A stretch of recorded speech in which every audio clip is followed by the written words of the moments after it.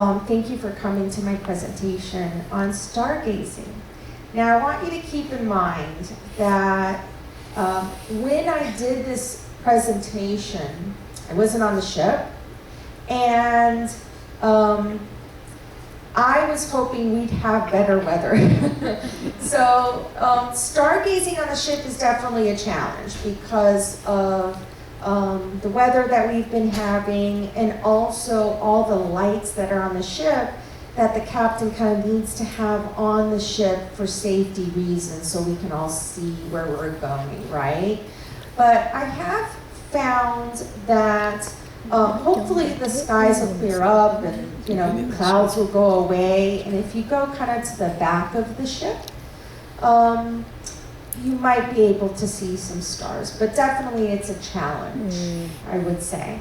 So just keep in mind when I'm giving my presentation that this is assuming beautiful weather, clear skies, dark, dark ship.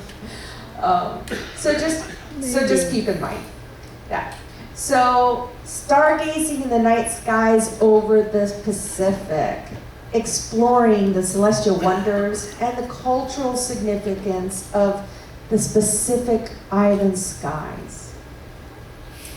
So today I'm going to talk about constellations and celestial objects visible over the Pacific Ocean.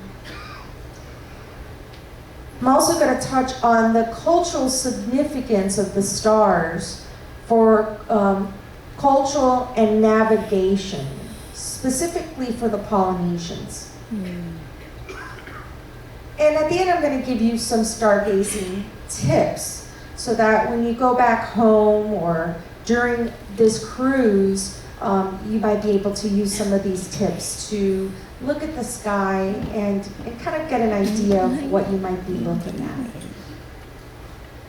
Stargazing. Wow. So why are the Pacific skies so special for stargazing? Well, there's several unique factors for that.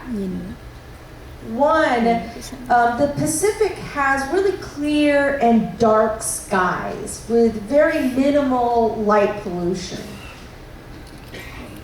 So it offers some of the clearest and darkest skies you can see on the planet for stargazing. Unlike North America, where you have a lot of light pollution, even off the coast of the United States, you don't have those deep, dark skies like you get in the Pacific Ocean.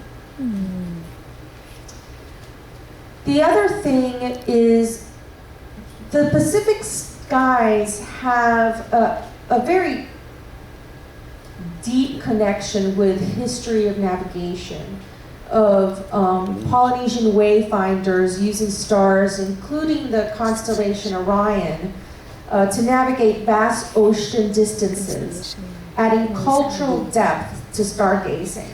So culturally, the people of the Pacific have always looked to the skies to help them navigate the seas.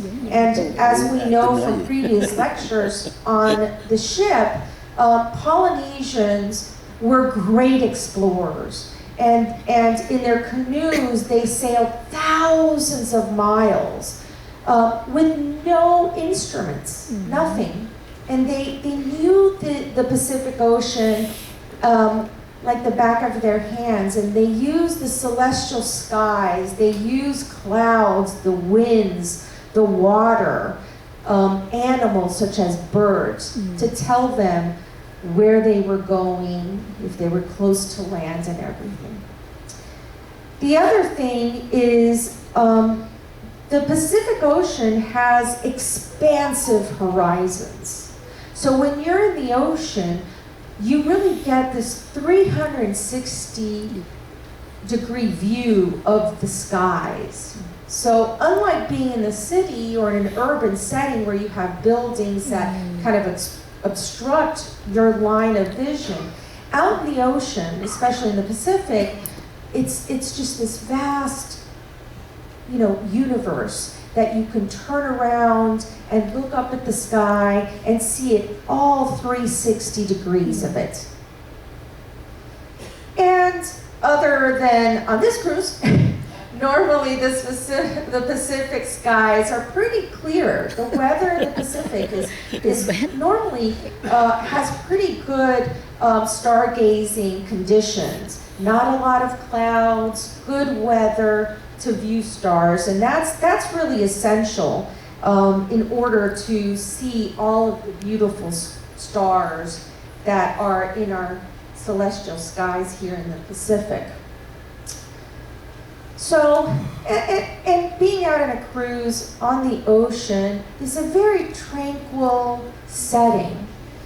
It's a beautiful setting to look at stars and the celestial objects such as planets and constellations. You know, we're relaxed, we're enjoying ourselves, we can lay back in a lounge chair and really look at the stars and wonder about, is life out there?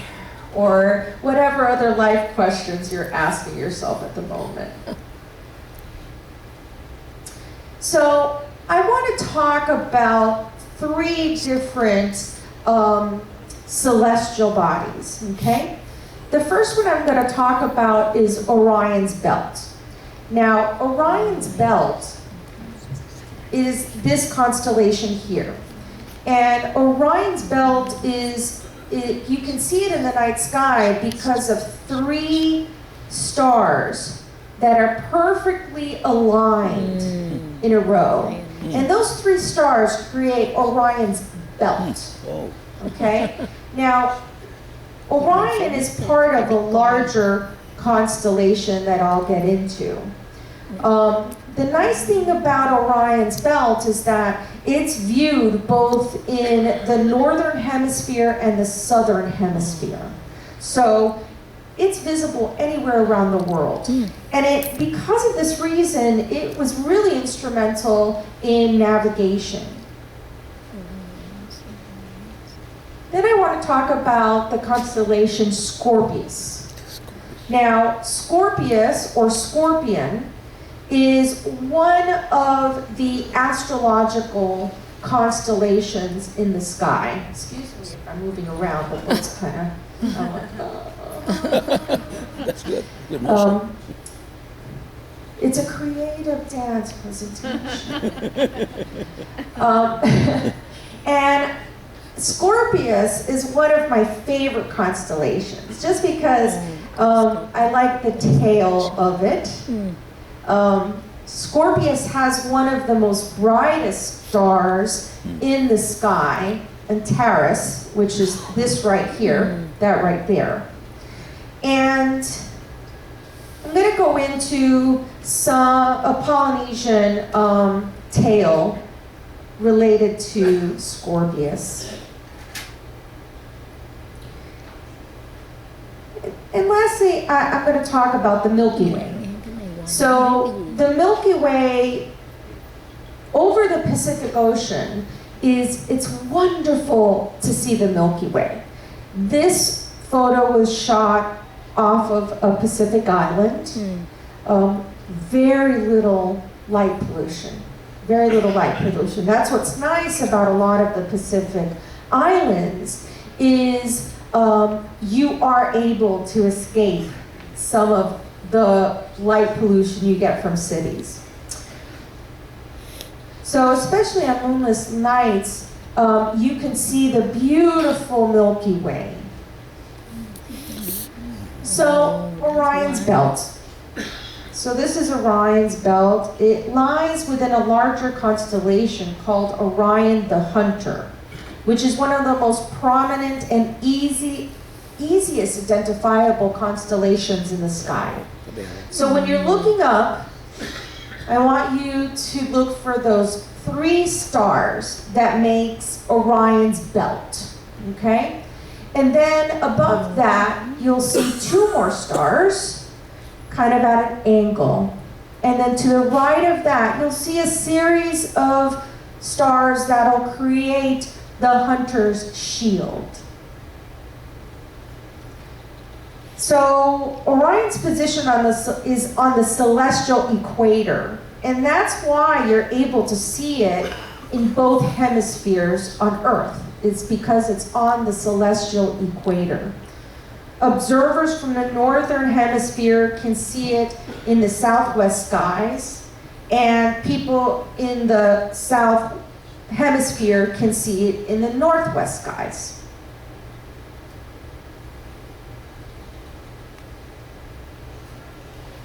So, like I said, the spot of Orion that looks most distinctive in the skies that you'll see right away are those three stars. The earliest depiction of Orion the Hunter dates back to 38,000 years. 38,000 years, it's incredible. And the pattern has always been recognized as a human form throughout different societies. So this is a print made off of a copper plate engraving for Johann Bayer's Uranometria. Of course, I'm slaughtering that word. Back in 1661, showing the constellation of Orion. So there are depictions of Orion in different societies throughout the ages.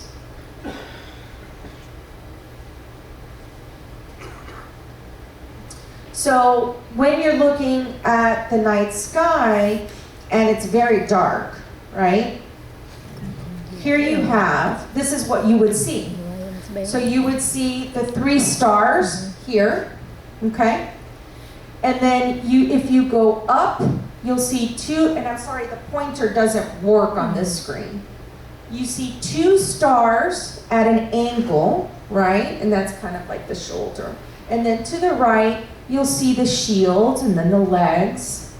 So it's really an exercise of imagination to kind of see the hunter in the constellation. But he's there. So Scorpio constellation is also known as Scorpion. It's easiest to spot. It's located near the center of the Milky Way, and you can observe it best in the southern hemisphere. Now, Scorpio is the 33rd largest constellation out of 88 modern constellations in the sky, and occupies about an area of 497 square degrees.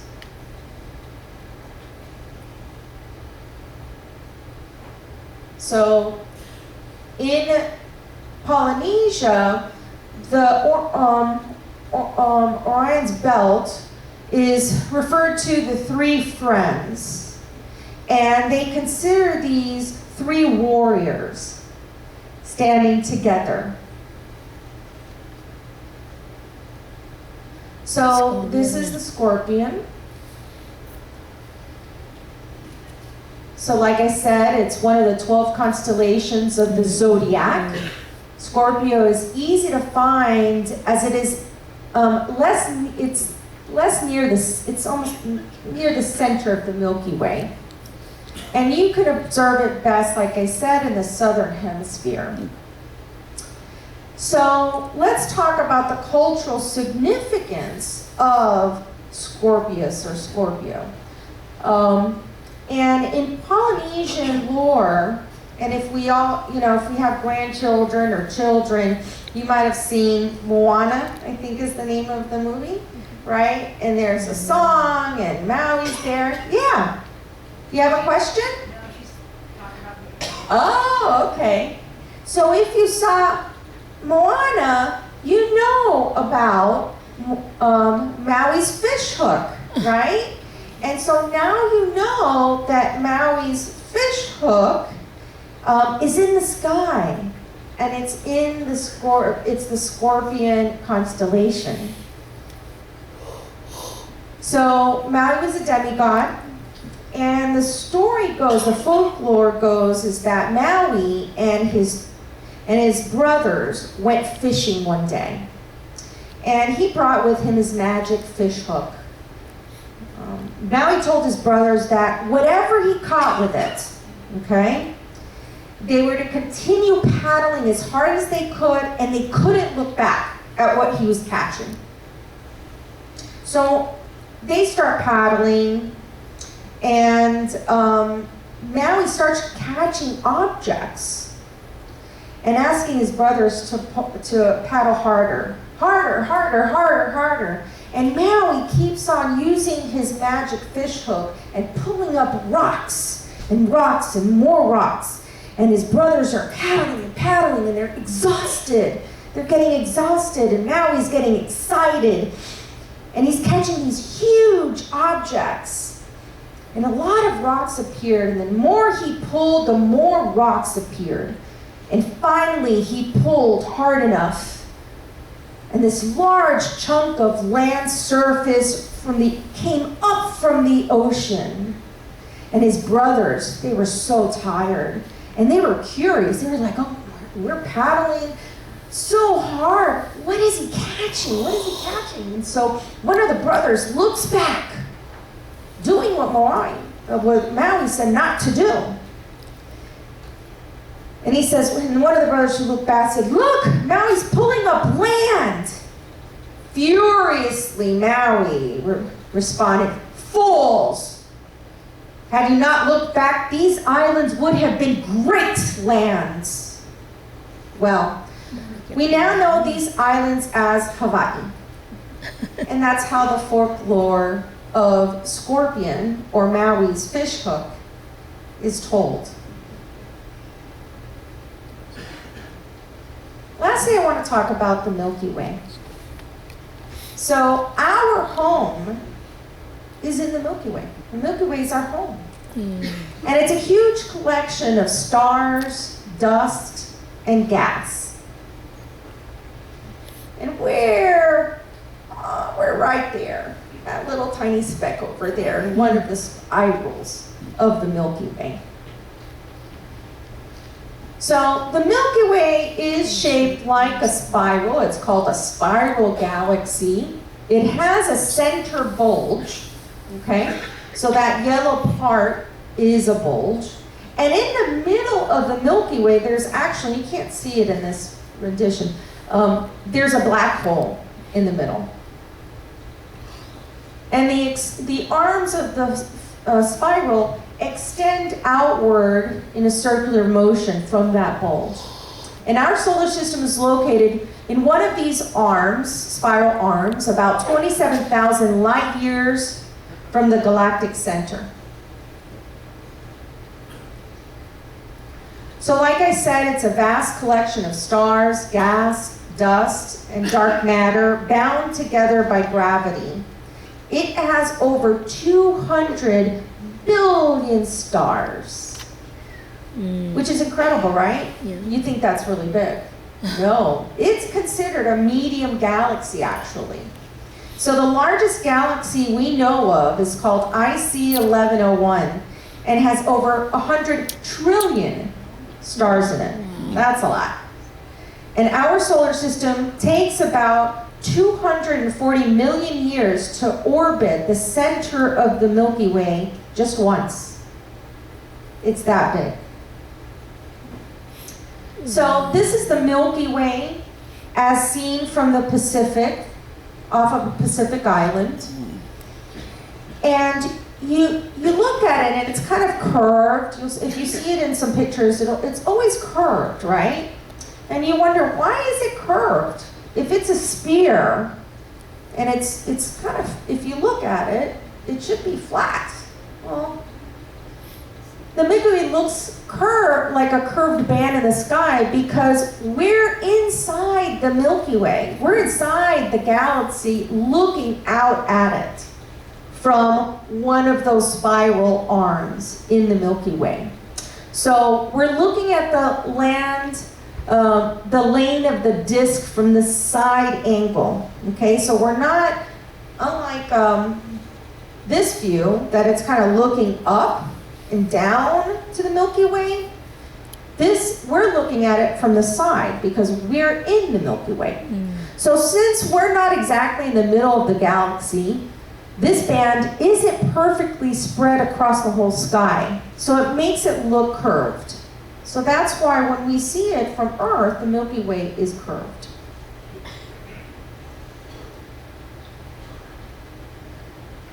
So I want to get into the cultural and navigational significance, specifically the navigational significance of our stars for Polynesians. And in order to do that, you have to talk about the art of wayfinding. So the ancient Polynesian art of navigation, navigating the open ocean using stars, ocean currents, wind, and wildlife, is called wayfinding. Polynesian navigators relied on the night sky as a vital guide. They had deep knowledge of the stars. They studied the stars and the planets, using their movements to chart ocean courses. The stars acted as both a compass and a calendar, helping determine the best time to voyage. And these skills were passed down from generation to generation in storytelling and orally, and in older generations teaching younger generations.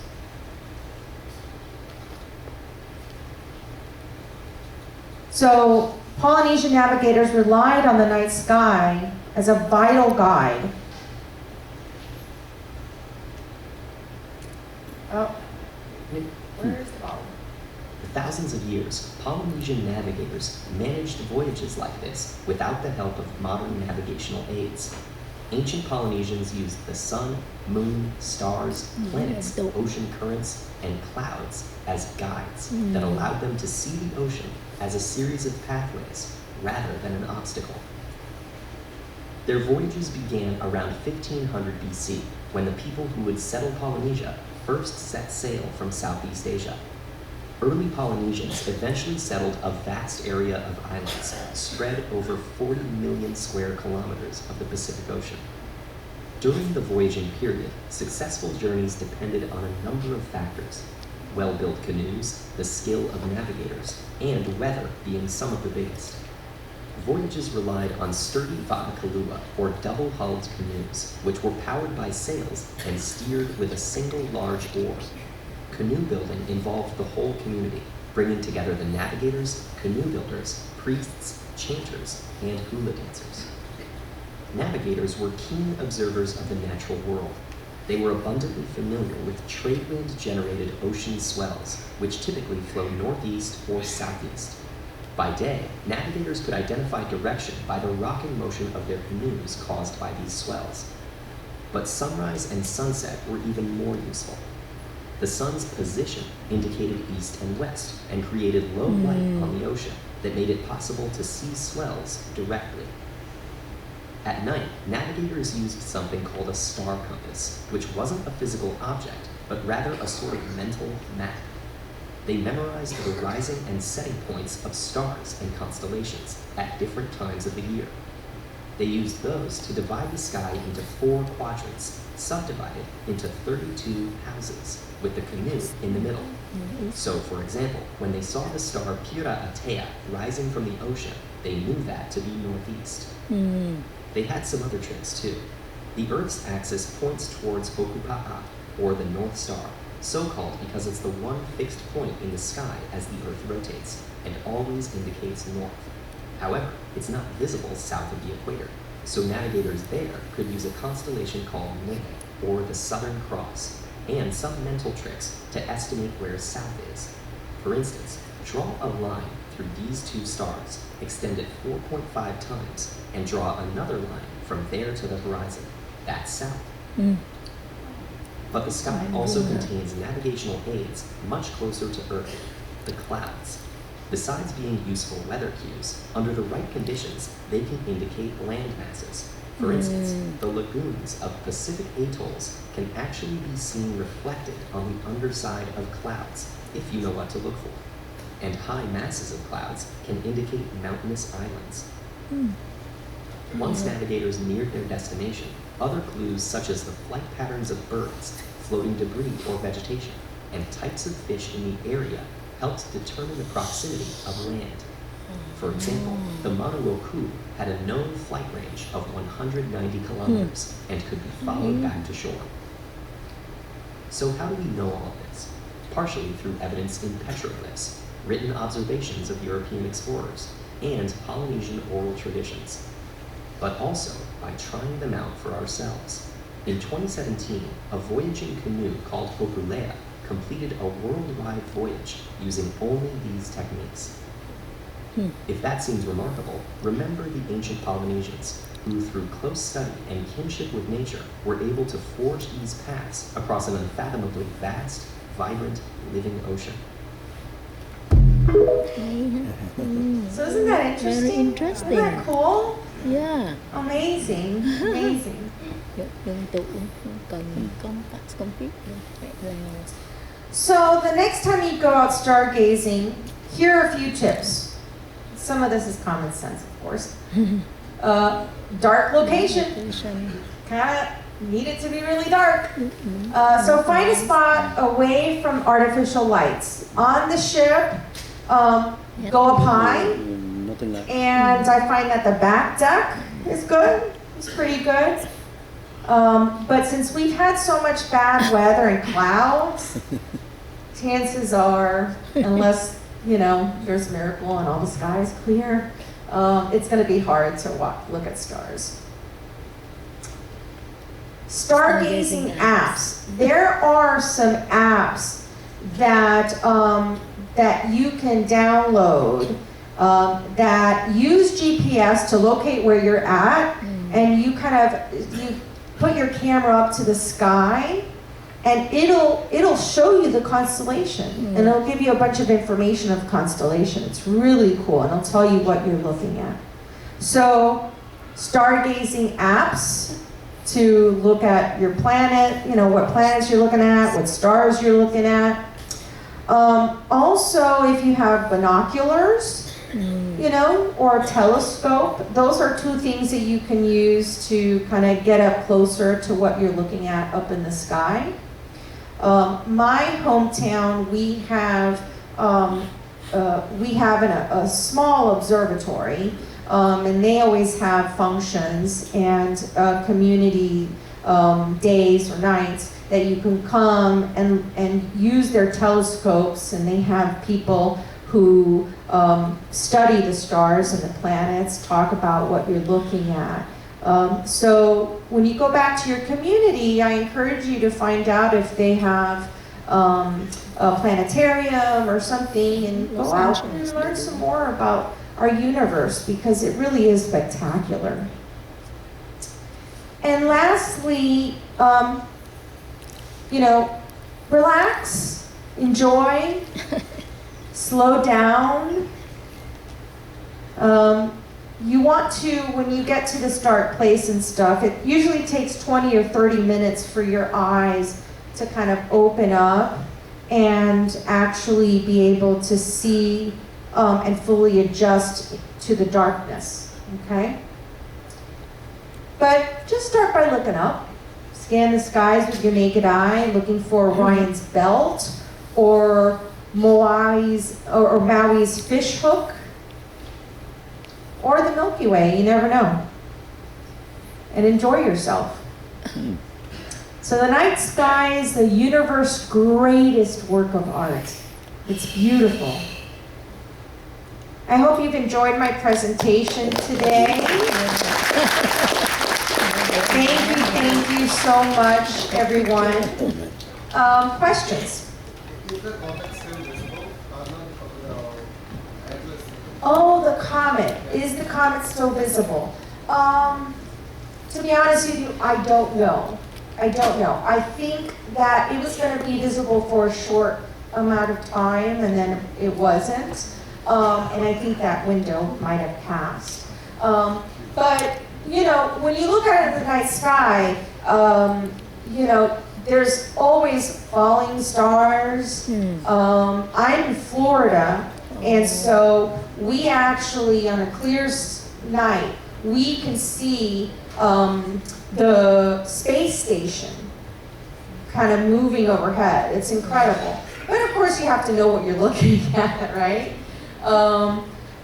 But you know, those stargazing apps are spectacular. They're amazing, and I encourage you to get them because they are really, really cool. Any other questions? Do you have to pay for that app? I think there is, you know, like most of these apps, Yeah. there's a free version that's limited in what you can do. I think you can do it once a day or something like that, and then you have to pay. Skyview is good. Yeah, just like Skyview is good, yes, that's what I have. I have Skyview. But if, for example, I live close to the Everglades, and the okay. Everglades, if you get out there on an airboat or just out there, you can see some really nice stars. And so I use Stargaze to look at the stars in that part of the hemisphere. Like all trail apps, you have to pay for it. Yeah, you have to pay for it. Yeah. There are stargazing maps.